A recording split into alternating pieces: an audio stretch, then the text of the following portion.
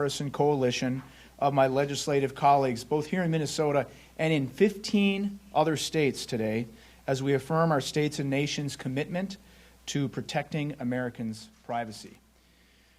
From Hawaii to North Carolina and Minnesota to Alabama, including states like New Hampshire, New York, and New Mexico, my colleagues and I in these states will be using the lawmaking powers of our state legislatures to empower constituents to take control of their personal privacy and to push back against excessive incursions into their private lives. We are very mindful of the fact that our collective bills have the ability to impact the lives of 88 million Americans nationwide and to secure major gains for privacy throughout this country. There's a broad consensus in this nation right now during this presidential race that the next president needs to be very cognizant of our personal privacies, and including one recent poll that found that 90% of Americans want the next president of the United States to prioritize, quote, protecting privacy so we have more control over our personal information. My colleagues and I here agree, but we're not prepared to just wait for Congress or the president to act.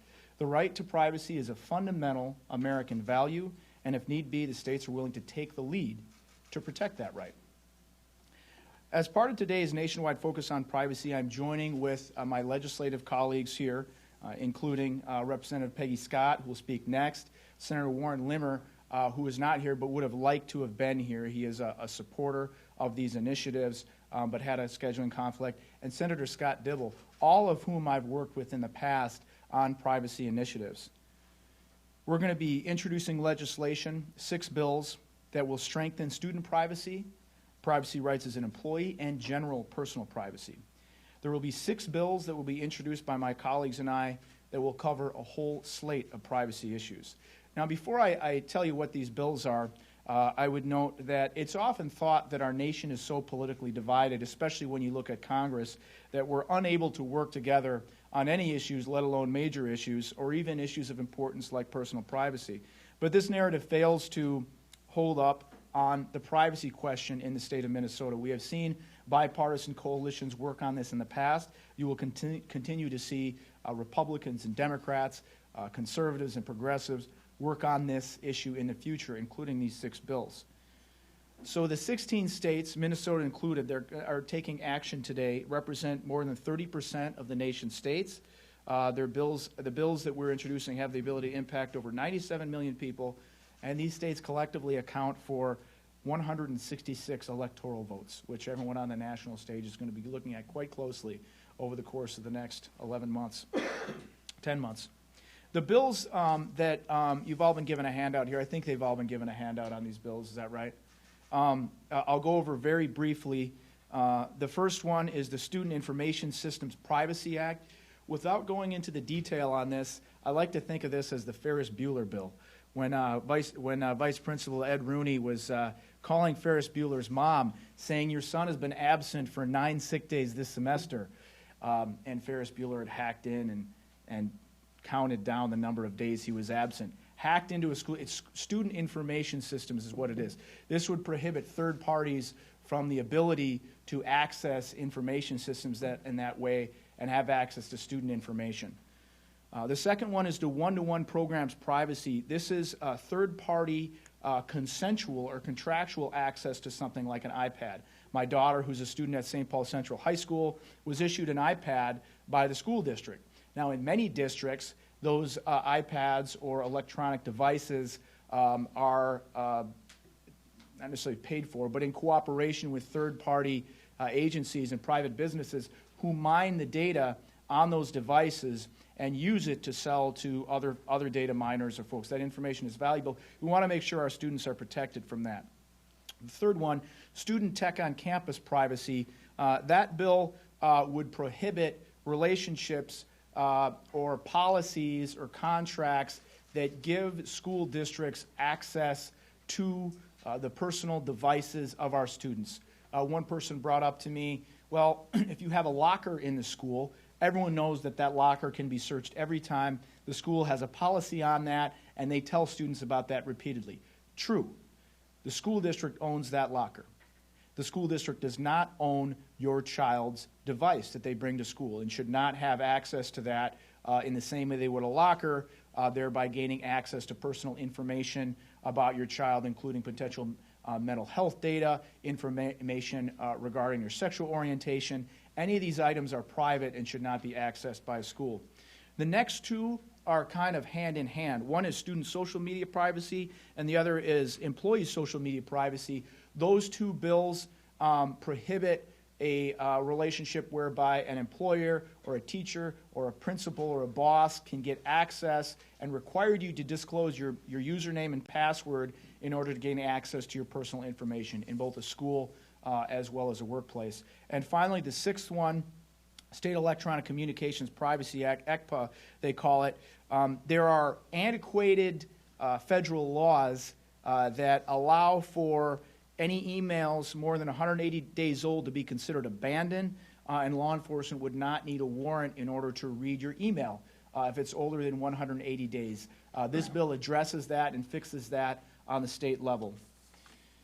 The citizens of Minnesota and the citizens of the United States of America feel that governments and corporations should feel that governments and corporations are working to protect their privacy, not to violate it. My colleagues here in Minnesota and throughout the nation who are joining with me today are Democrats and Republicans, progressives and conservatives, and we're all committed to working together to make that privacy happen. And I'll be followed up here by Representative Peggy Scott. Thanks, John. My particular interest in these two bills centers around the student privacy issue. And many of you know, as John alluded to, in today's schools, the highly sensitive and personal student information that used to be stored in a file cabinet in the principal's office is now being uploaded onto remote third-party servers called Student Information Services. You'll probably overhear this term SIS, Student Information Services, as these bills move through the process. Despite the sensitivity of this information, which includes students' grades, social security numbers, disability status, the information on whether they've been disciplined, received remedial help, or qualify for free or reduced lunches, all, among other things, limitations on access to and the use of this information by third parties operating student information systems are frequently weak or non-existent.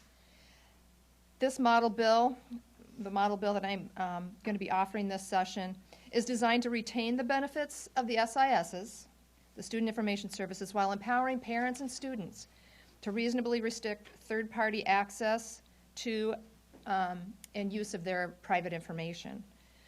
Another bill that John mentioned was the one-to-one privacy. An increasing number of schools today are, as he said, they're issuing, a third party will provide a laptop or an iPad or a tablet computer to the students to use for the year.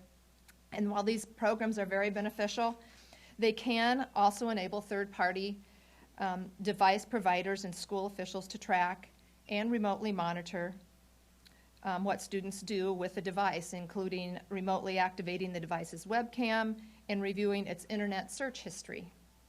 The model bill is designed to retain the benefits of the one-to-one devices while empowering parents and students, free of any coercion, to reasonably restrict who has access to these devices and the sensitive and personal information that may be on it. Thank you, Representative Scott and Lesh, and sorry to deprive everyone of the once occasional photo op of myself standing up here with Senator Limmer. It's always a great thing. But we've actually shared this podium several times on a number of issues, proving that we can work across partisan differences and philosophical differences and geographic differences and get stuff done on values that unite us and issues that we share and have in common. And I have, on several occasions with Senator Limmer and others, worked on these issues. I support the roster of bills that are being presented today. I have a particular focus on the ECPA, the State Electronic Communications Privacy Act. You may recall last year that Senator Peterson had offered a constitutional amendment that would have this effect. This would be a statutory change that would simply treat our electronic communications and keep it from seizure and being obtained by whether it's public safety or other governmental agencies, absent a subpoena or a warrant. If you would ask the average Minnesotan if they thought their private papers were private, in their files, in their home, letters they've written, thoughts they've had, things that they've created, and someone couldn't just simply walk in their door, take their files out of their hands, and go use it for whatever purpose that they deem they want to use it for, whether it's police or some other governmental agency, they would say yes. No one can do that, absent a search warrant or subpoena or something like that. Well, the same is not true for our electronic records and our electronic communications. For whatever reason that is a little bit beyond me. Should something exist for in excess of 6 months, it's considered abandoned if it's particularly if it's on a server somewhere else, and the government can just simply come in and obtain that. And if you ask the average Minnesotan if that's the right thing, they would think that that was not the right thing, and they would fully expect that their privacy would be maintained. Unfortunately, the law doesn't say that, and I think if you were to engage in this conversation, this legislative debate and discussion, I think we'll find overwhelming support among Minnesotans to do this. Seems like some people around here, for understandable reasons, are allergic to constitutional amendments, so we maybe not pursue the constitutional amendment route. There's a good reason for that. I tend to be allergic to them myself. I'm not opposed to the constitutional amendment in this case, but let's just pursue a statutory fix to something that just makes sense. Keeping our private communications, our letters, our creations protected from unreasonable search and seizure the way we would expect things that exist in paper form to be so as well. Thank you.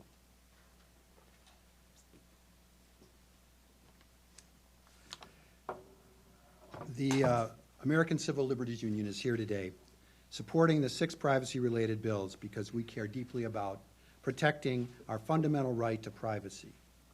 These bills will finally bring our laws up to date with current technology to ensure that Minnesotans' rights are protected.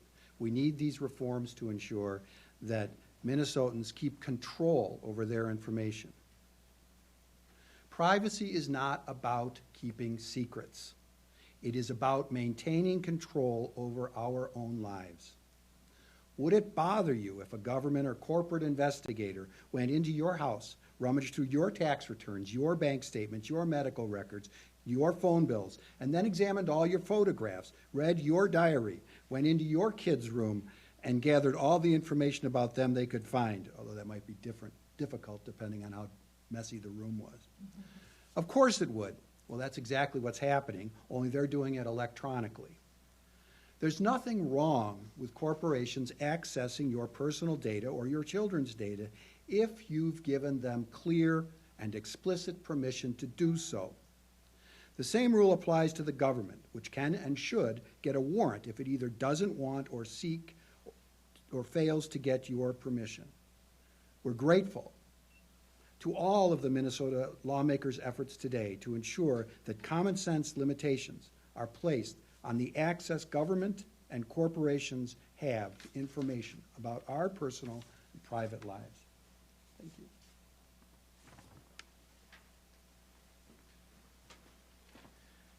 Good afternoon. My name is Ian Kantonen. I'm a campus organizer with the Minnesota Public Interest Research Group. MPRG is a student-directed, nonpartisan nonprofit which encourages and empowers students to take a collective action in their community and throughout the state of Minnesota. MPRG is proud to stand here today with Minnesota lawmakers in support of a number of bills that will strengthen student privacy rights on campus and at home. Our students know just as well as any the value of the information many carry on their phones and other devices every day. Financial information, health records, social security, bank and credit card numbers, information that even 10 years ago would have been kept in a locked file cabinet. These devices carry information that is personal to many, and this electronic information deserves the same types of protection as the physical information did in the past. Students at our campuses also spend a large amount of their time using these devices on campus networks. Students deserve to know that information is not being gathered about them without their consent, whether by the university or sold to a third party. This concern is even greater for students who also face economic challenges, as they often borrow computers and tablets from the schools. If colleges and universities contract with a third party to collect and store data, these students' private data should not be used by these agencies for marketing purposes. We also have a concern about students being forced to choose between education, participating in extracurricular activities, and giving up their privacy. We have already seen examples of this, as in the case of Megan Donahue at Stevenson University in Maryland. This student was required to give up control of their social media accounts in order to participate in athletics. Many students rely on scholarships from such activities to receive their education. If an athletic scholarship can require a student to give up their privacy rights, what is to stop this from happening to other types of scholarships? We've already begun to see school districts set their own policies surrounding the privacy of electronic devices, many after lawsuits were brought against institutions as a result of overzealous administrators. This set of policies will lay out a clear guideline for all institutions and create safer learning environments. Thank you. Good afternoon. My name is Matt Ealing, and I'm here today as an individual who's closely followed data policy for some time, both by writing about it and by testifying on issues here at the legislature. Today I want to speak specifically to the one-to-one data sharing computation bill that's been talked about. I think it's important to know that student data privacy in today's world has really taken on a new meaning because schools are routinely using computer hardware such as iPads to transact student work in the classroom. So students are using these in their day-to-day lives. But the schools themselves are also using these devices to aggregate and track student activity and gather large amounts of personal data. And in many cases, this data is being shared with corporate vendors in ways that are not immediately obvious to parents and certainly not to students. For instance, Apple's iPad consent agreement, and I have a copy here from the St. Paul School District, states that Apple can gather student information. They're required in many instances to submit their actual name and date of birth. That goes to Apple Computer, and then Apple is able to compile a marketing dossier based on the activity of that student. And if you look at the language in here, it does say that they can use student information for marketing and advertising purposes. And so this kind of arrangement is becoming increasingly common, even though I feel it's both ethically and legally problematic, because it's essentially a the government using their power to coerce individual students into data sharing arrangements with private companies. And I don't think this is the kind of activity that schools should be engaged in, and someone needs to really step in and provide a regulatory framework to make sure this is not happening. That's what this coalition is talking about doing. I'm in support of it, and be happy to answer any questions after the fact. Thank you very much.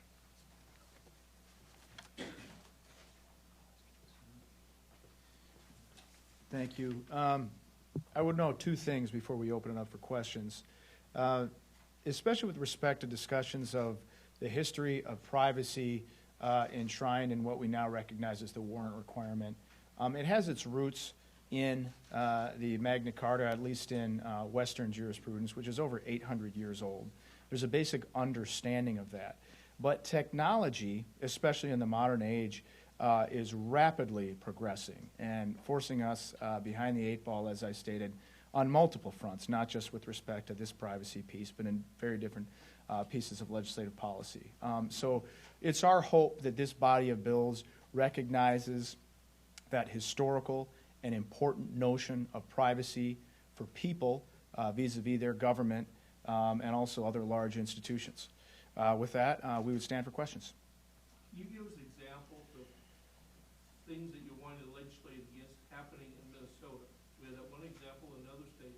Do you have some more Minnesota examples? You know, I'm wondering if we can bring up some of those others. Do you have some, Chuck? Yeah. Yeah, actually we do. In Greater Minnesota, we litigated against a school district who basically had a staff person whose job it was to monitor the social media behavior of the students of the junior high school. That's not uncommon, by the way. Many schools have counselors or paraprofessionals whose job it is to monitor the social media use of students in their own homes, on their own devices. And in this case, the student was brought in and grilled by sheriff's deputy and an assistant principal for 4 or 5 hours to give up her passwords to her computer.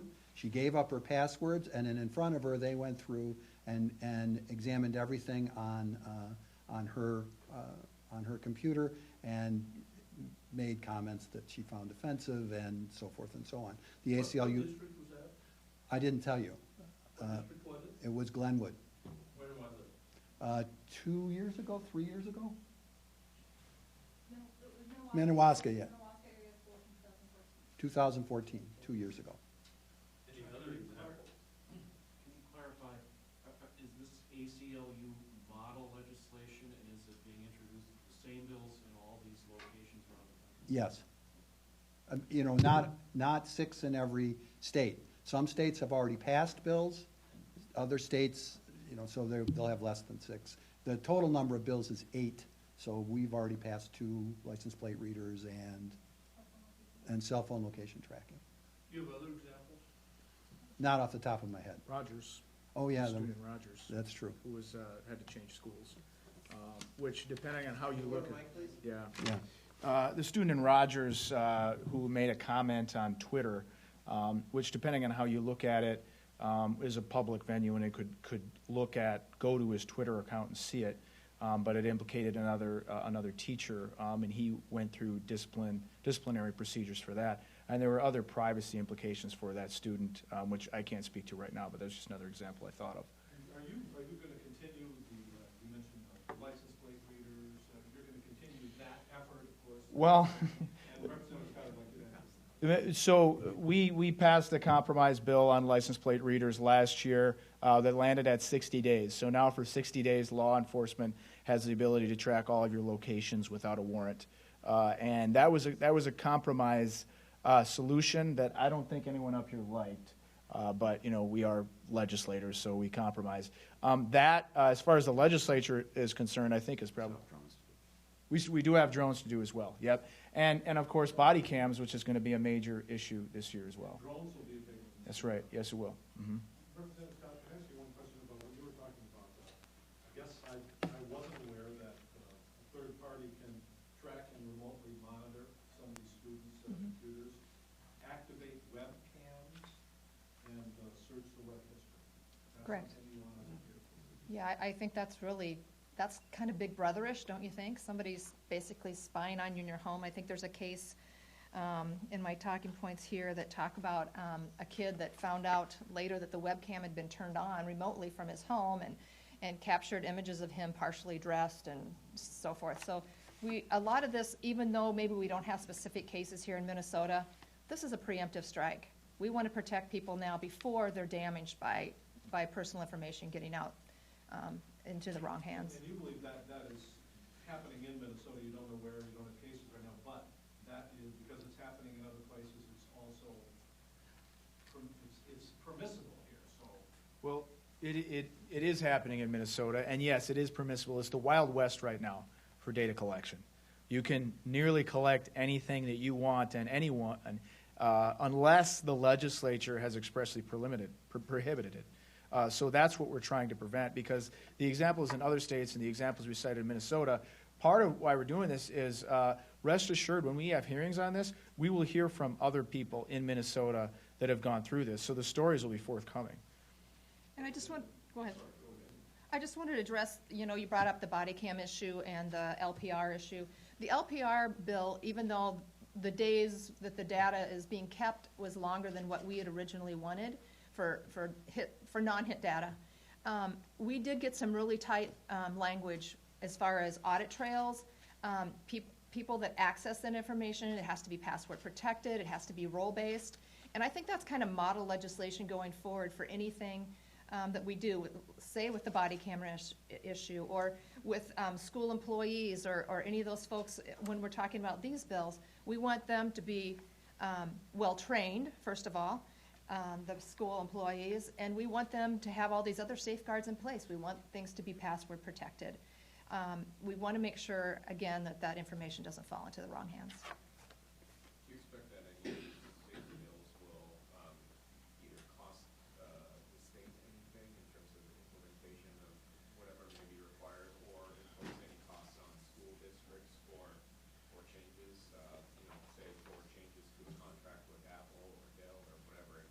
Well, I'll say two things. As far as fiscal note and impact on a state agency, my expectation is no. Other legislators could speak to that if they thought.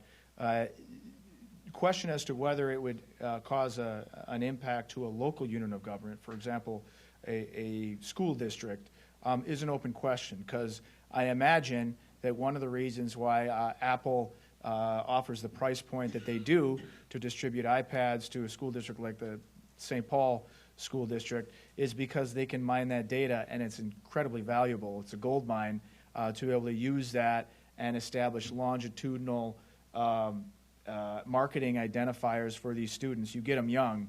that's really worthwhile. Their prime spending years for technology are going forward. So I imagine the school district would be contacted by Apple and say, if you don't oppose this, you won't be able to offer iPads, and maybe someone from the school district will come up and testify. But that's something we'd have to talk to them about. And in response, I think the appropriate question to school districts who testify at a committee like that is, why are you offering willy-nilly all this private information of our students to a large corporation? Who do you think might oppose these measures? I mean, is there any reason really that somebody would not agree that this needs to happen? I don't think there's any real good reason to oppose it. Here's what I'll say. For example, the ECPA legislation that Senator Dibble spoke about a little bit. Remember, that sets the 180-day standard of abandoned emails for law enforcement, right? It's possible that law enforcement could say, well, no, we like that because it allows us anything older than 180 days, we can do whatever we want. So that's possible, but I think it runs contrary to our idea of a warrant and accessing your personal information. So it's conceivable, and we've seen that with technology in the past with these bills too. People come forward. On the drones, in fact, it was Department of Agriculture that testified on drone legislation, saying, no, we don't want any drone legislation. And when asked, the representative of, I'm sorry, it wasn't Ag, it was MnDOT, they said, well, we might use this someday to look at ditches. Okay, and who knows, if we might use it, we don't want you to regulate it. We see that routinely, especially when you try to legislate policy areas that are moving so quickly as this. And what are you concerned about with government use of drones if there's no regulations? A drone hovering outside your bathroom window, you could do anything you want, really. Drones, if you've got a pool in your backyard, drones flying over your pool when your kids are swimming in the pool. It's anything. Anything your imagination could devise that would be maybe an improper use of drones. And some people might think, no, that's not improper at all. But remember that there's currently ongoing federal issues with that. The FAA thinks they own everything 50 feet above your head, which can cause some concurrent federal regulation issues with how we regulate drones. Representative, what is it about these issues that you think brings folks from different political philosophies together and united? Freedom lovers. We're freedom lovers. Well, why don't you take this? I think there are some values that kind of underlie our system of government and our democracy that are broadly unifying, and I think if you're talking, I'm pretty liberal and Representative Scott's pretty conservative, but so we represent kind of different ends of the kind of the traditional political spectrum, but some things we really agree on, and I would say even the folks that you would find kind of in the more moderate spectrum in between us agree as well, and that is that the power in this country is assumed to reside with individuals, with people first, and that and government is supposed to be limited in their powers. Power first derives from us as citizens, as people, and it comes from us and it moves up to our system of government. It's a democracy of by and for the people. And this issue of when it gets inverse, when you talk about the government being able to simply look into your home and know everything about you, at will. That puts our system, the government, in the primary position, and it just kind of inverts that broad system of individual liberty, freedom, on its head, and that's a very animating value that really energizes folks to the positive, and I think we're seeing with technology, and it's always a tension between, making sure that we're maintaining sufficient tools for the purpose of public safety and order and that sort of thing, but also figuring out where that leaves off and people are just able to go about their business and take care of themselves and their families and that sort of thing. So I think it's just broad values that unite people across these issues. I would say this.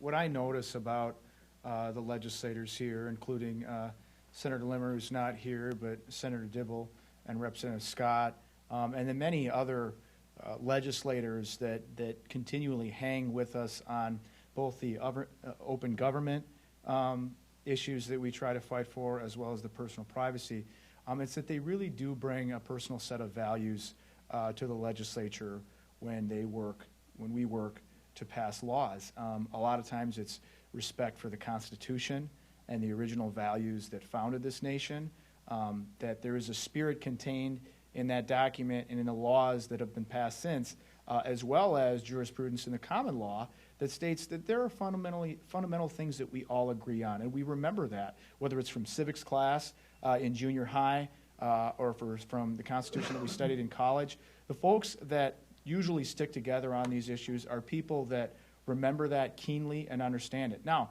there are a whole bunch of other legislators here at the Capitol who work really hard and do really great work on other different issues, and they're tracking current events and the next things that's happening, and making sure we establish bills that fund education and economic development and everything, and that is also very, very important. But the unique thing I think about the legislators that come together is that we remember history, we remember when we did it wrong, and we don't want to do it that way again. Does anybody up there, can you tell us if government police agencies in the state or local have gone after the emails more than 6 months old? Is that something that happens a lot, or is it just or is it a strike before it started? Well, I know that it has. It has absolutely happened, and because I've seen cases where it's happened, I can't name any specific, but the law does routinely have an impact. And I can't name specific instances now, but I've seen them over the 15 years of being a prosecutor. I've done. And when that happens, do the police go to Google or to Yahoo or somebody and say, give us this? So is it between police and the businesses? So here's what I got. Leading technology companies have seen a dramatic increase in requests from law enforcement for consumer data. So Google has reported a 180% jump in law enforcement demands for consumer data. And in 2014, AT&T received more than 263,000 demands. And these are done by administrative subpoena. So you can just get it that without actually having to go in front of a judge to get a hearing warrant for it. Ben Feist may be able to speak a little bit more to this, but an ECPA law has passed in California, and it was strongly supported by the large technology firms because they don't like being put in that position. They don't want to be simply handing over emails and other creative content that might reside on their computers to law enforcement upon the simple request of law enforcement. This creates a much clearer standard under which everyone can understand and operate when these things do get handed over for cause, with reason, with the knowledge of the bench under a signed warrant. Ben, do you have more information? Well, you're up there. Well, you come on up. I'm not getting a sense how often this happens. Maybe you can help us with that.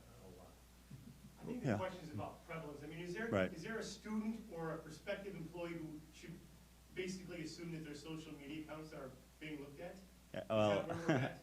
Well, then you can respond. I don't think that matters. The fact is that the police can do this is bad enough, in my opinion. But.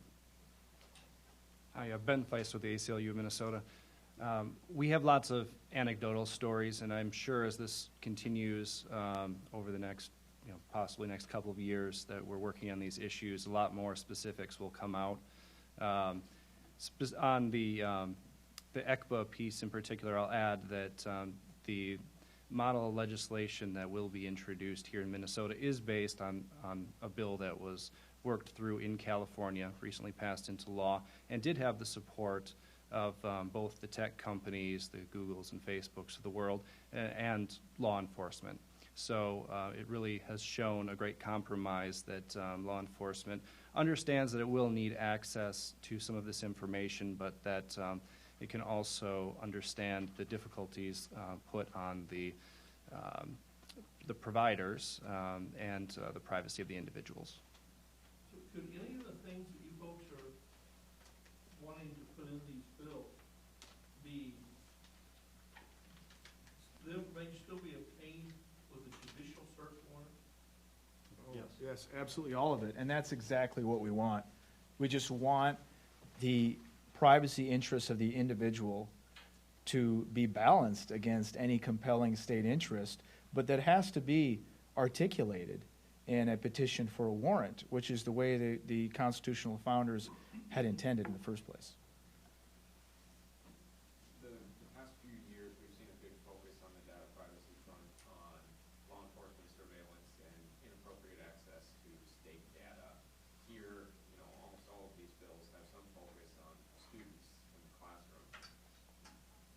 Why that switch in focus here? Well, other folks may have comments on that, and I don't think it's a switch in focus. I think it's a supplemental push that we're doing on this. The porousness of citizens and individual data that may be inappropriately handled by an employee of a government agency is an ongoing issue that is going to exist as long as we fail to put adequate safeguards in on that. And Representative Scott has been a leader on establishing that. So that will be ongoing. The reason why it's so significant, though, and the reason why it's increased in recent years is because the amount of data that's being collected on individual citizens makes that metadata so much more valuable to large organizations, whether it's a corporation or government.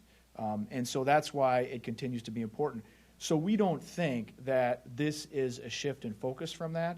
It's just a supplemental policy direction that we think needs to be addressed that really has not been addressed up until now. Gentlemen, two questions for you. The first one has to do with employers accessing social media passwords and things like that. We talked about, in cases. Have you heard of instances like this where we have employers in the state of Minnesota that as a part of the application process to get a job or even investigatory procedures are asking people for the social media? Yes, and I have. I can't cite a specific instance now, but do we have one we can cite? We'll certainly get that information because it exists. I mean, I've heard of them, of it happening routinely.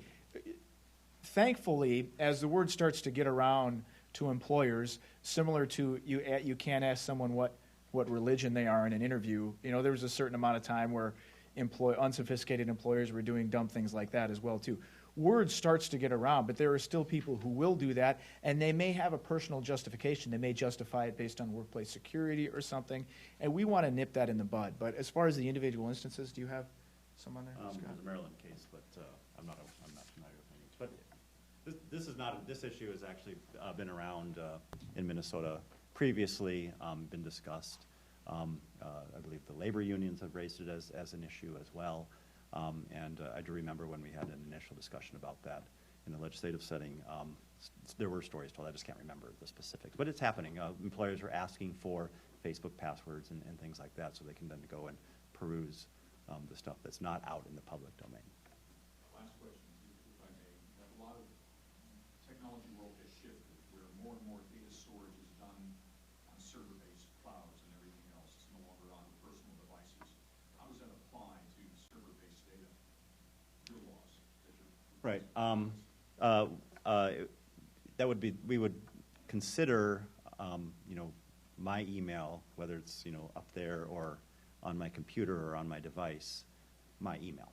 And it would remain my private document not subject to anyone's perusal absent a search warrant. And the one thing I would add into that is absolutely, if it's your data, it's your data. The question comes down to then if someone is doing something wrong, how do we enforce the law? Now, if it's Google or if it's Apple that doesn't exist in Minnesota, it goes to the whole stream of commerce test for are you constitutionally subject to jurisdiction in the state, which you should be. But as everything's moving more toward the cloud, there will be some questions about that. If a person can claim, like most servers will, you can say have put themselves in the stream of commerce in the state of Minnesota. But in the very small minority of instances where you don't, that's something that we hope would be addressed by federal legislation. On the one-to-one bill, you're giving parents permission. Is it an opt-out for parents, or does it require an opt-in for parents to allow that third-party access? It's an opt-in. It's kind of an informed consent sort of thing, which I think is really important, and I'm glad you asked the question, because one of the reasons I'm bringing some of these bills and why I feel it's so important is a lot of times these kids bring these computers or laptops home and the parents think, wow, that's great, I don't have to go out and purchase this, but they don't know that there are strings attached to that.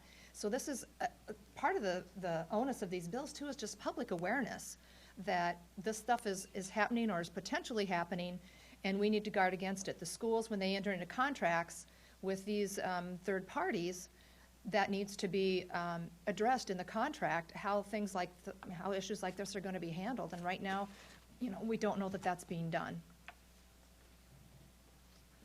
If there are no other questions, then thank you very much for coming today. Thanks for being here. Good to see you.